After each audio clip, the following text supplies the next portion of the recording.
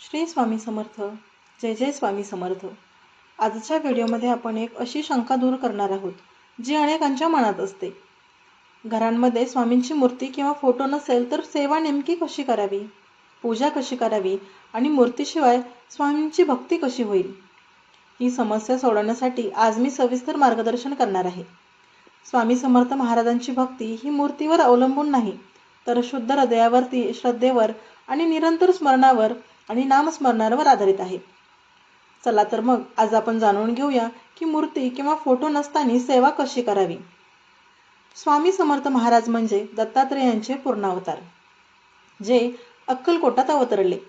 त्यांची भक्ती ही भौतिक गोष्टींवर अवलंबून नसते. स्वामी चरित्र सारामृत आहे. त्यामध्ये सांगितल्याप्रमाणे स्वामी सर्वव्यापी आहेत. ते प्रत्येक हृदयात, प्रत्येक दशेला वास करतात.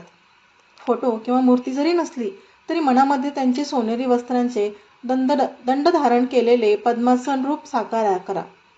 अनेक वर्षानुवर्ष भक्त हे फोटोशिवाय सेवा करतात.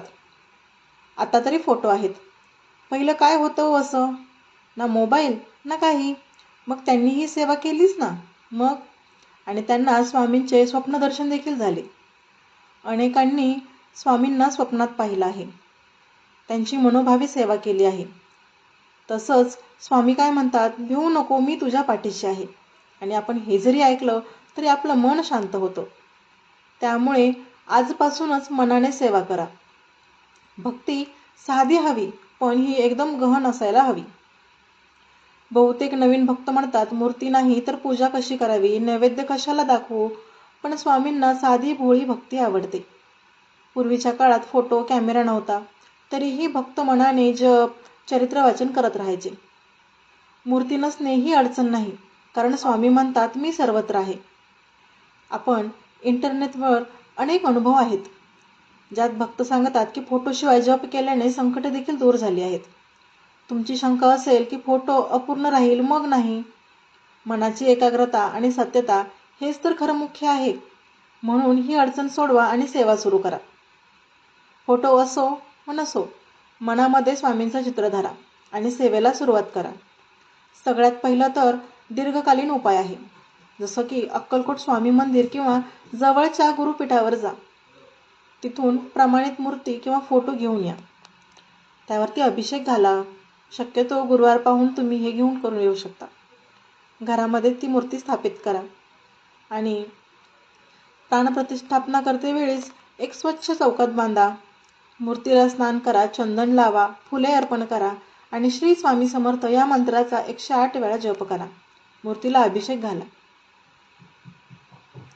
आता हे झालं सोपी असा उपाय.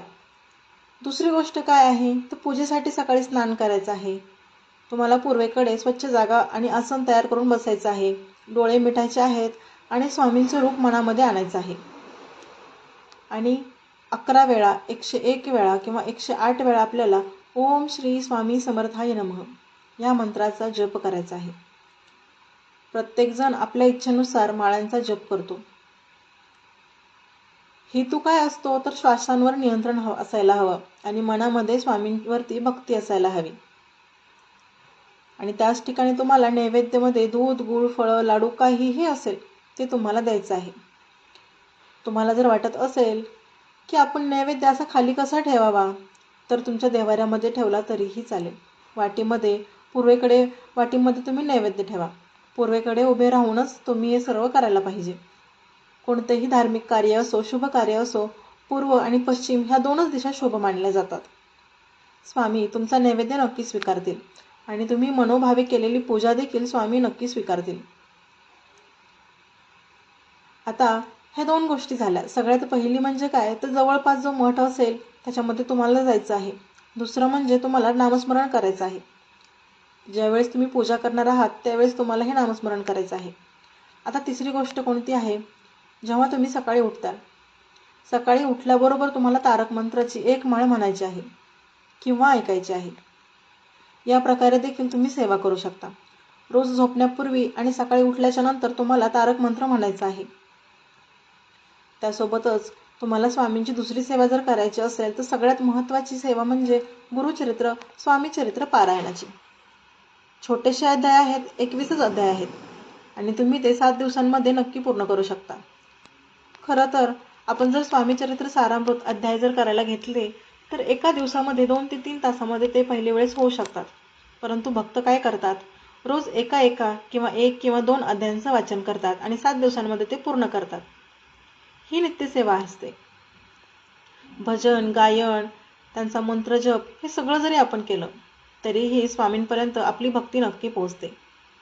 मूर्ती नसली तरी आपण स्वामींची अशा प्रकारे भक्ती करू शकतो. तुम्हाला जर ही माहिती आवडली असेल तर मला कमेंटमध्ये नक्की सांगा आणि तुम्ही कोणत्या पद्धतीने पूजा करतायत हे देखील मला नक्की कळवा. धन्यवाद मंडळी. भेटूया पुढच्या व्हिडिओमध्ये. तोपर्यंत नमस्कार. श्री स्वामी समर्थ, श्री स्वामी समर्थ, श्री स्वामी समर्थ.